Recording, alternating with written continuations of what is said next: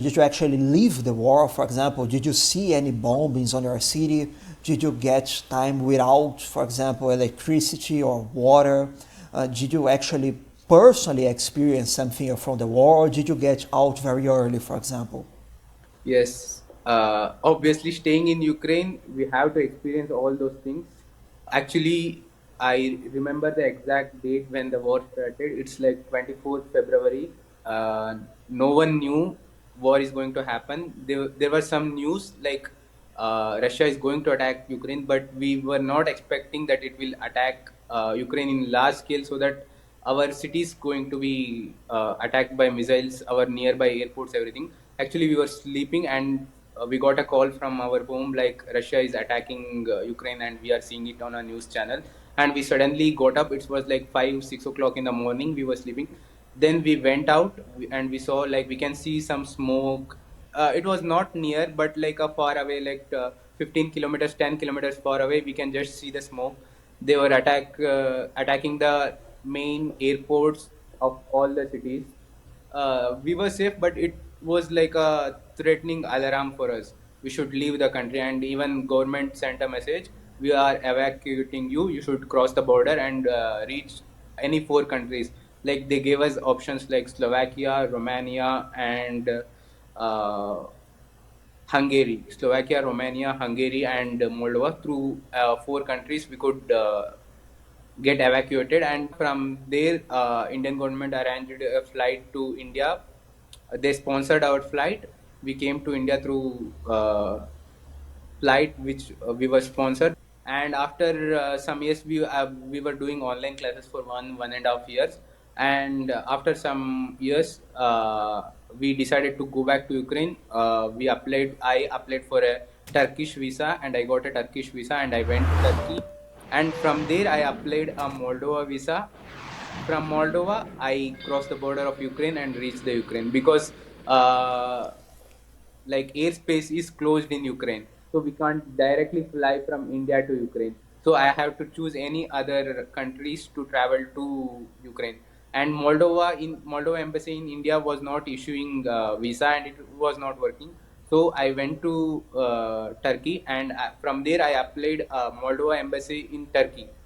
So I applied a visa there, and I stayed there for 10 12 days. I got a visa, and from Turkey, then I traveled to Moldova. From there, I reached Ukraine.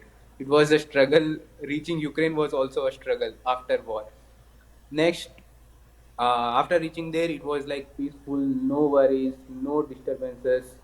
Everything was going fine until 1 year. And like few months back, like 4 to 5 months back, we have an exam. After 3 years, we give an exam called Croc 1. Means in English, it's step 1 exam. Step 1, similar to USMLE step 1, you can relate to that. All non-clinical subjects we have to prepare, and we have to give for the exam.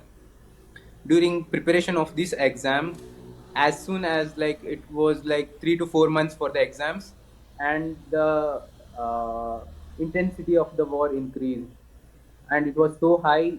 We are getting power cuts of around 14 to 15 hours some days it's 18 hours, and we literally had from 5 to 6 hours of electricity.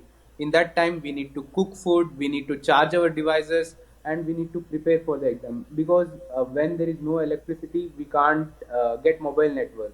Most of the mobile network won't work when we don't have electricity.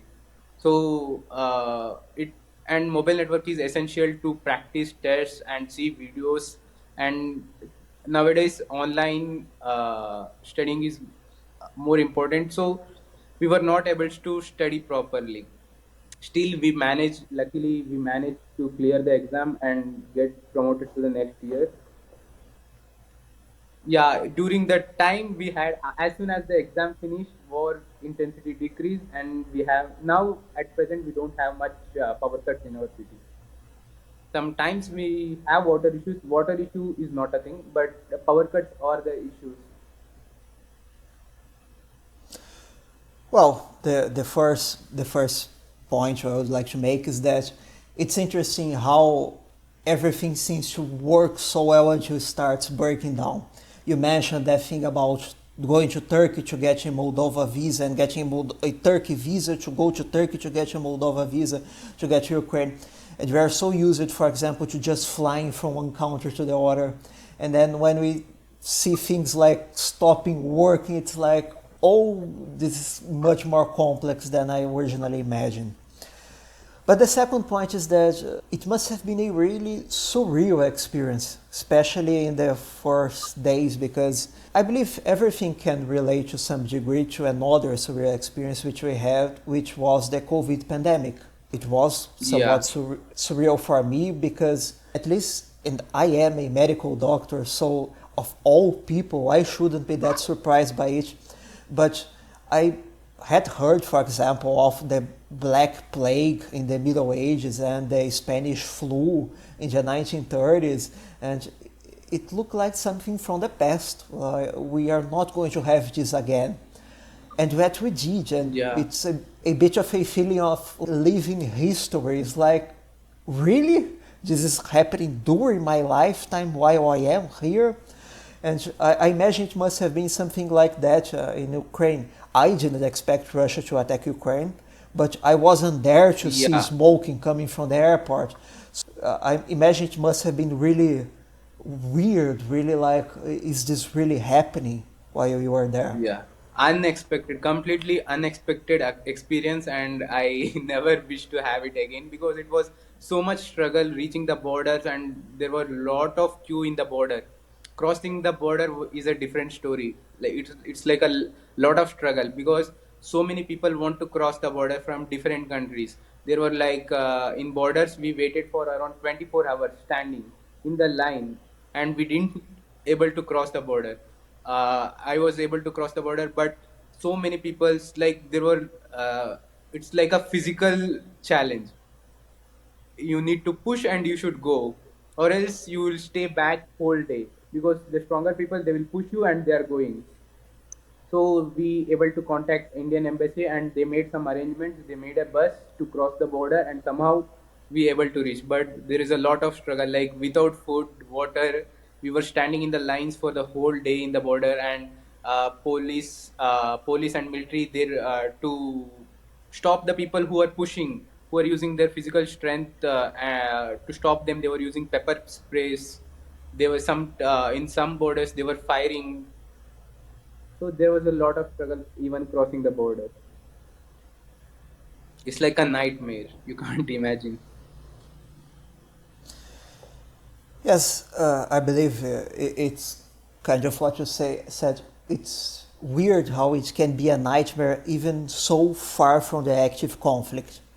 Like Yeah, the shots were being fired 1,000 kilometers away, and yet even there, the border, it was just chaos, just this very problematic situation. I'm not sure exactly what the right word would be to describe it. And so you, after you left Ukraine, you spent two years in India. How long did you stay in remote classes? 1.5 year to be precise. I think so. 1.5 year.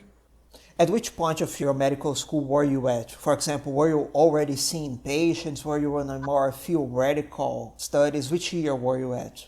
After completing the first sem, we went. I did my second, third, and fourth sem online. 3 sems I did it online. 3 semesters. And some students went even for the third semester. They went for offline classes, but I went from fifth semester for And offline classes. do you feel it worked out decently? Was the education still working? Did you actually learn enough during this period? Of course, it's not going to be as good as being at the university, but overall, do you feel it worked out to kept your normal medical curriculum? Yeah, it's but as studying period like second, third, and fourth semester, these were like more of non-clinical subjects like physiology, biochemistry. Most of this is not taught in practical, so it was not a much problem for studying it online, as you know. And other subjects we had like microbiology. As this in past 2 years there were not much clinical subjects, so it was not hard doing online. And it was like fair enough working. University was working properly, so we had no issues. After from third year, I started going to university in Ukraine. So yeah, obviously in offline there were no like outcomings, or it was better. That's exactly what I imagine. That pretty much intuitive. That if it's during the theoretical, the basic science years, it's better because that's not exactly when you are seeing patients. When you actually went back to Ukraine, was it like an Yeah. option or was it like required? How did it work out? What did the university say? If you want to, you can come back, or we are ending online classes, you have to come back. How did it work? No, it was always an option to go back to Ukraine. Still, online classes are going on. We can take online classes until the war ends. But as it's not compulsory to go to Ukraine, but we thought it's better to do offline classes, as it's not a good thing to study in home online classes whole years, that to a medical education. So we thought to go to Ukraine by a lot of struggle, getting two, three visa from different countries and reaching there. Because at the end of the day, you should see the patient, talk to them, relate to them. So that's how medicine works, right? Did most of the foreign students at the university go back? By now, for example, are most people actually back? Or as a general rule, did most people Yeah. stay on online classes? Did they go back to the university, or did they transfer to a university in another country, for example? How did the percentages work out? Did most Okay. students go one way or the Okay. other? We were around like 300 people. In 300 people, around 100, around 175 people took transfer, and we are 125 left with. And in 125, 25 are doing online, and 100 people we are going to the offline university. If we divide into percent, it's like 60% of the people took transfer, and 10% are doing, not like 5% are doing online, and 30%, 30 to 40% people are attending offline classes. And if you wanted to Most of transfer, them took transfer. Okay, If you come again. wanted to transfer to another country, how would it have worked?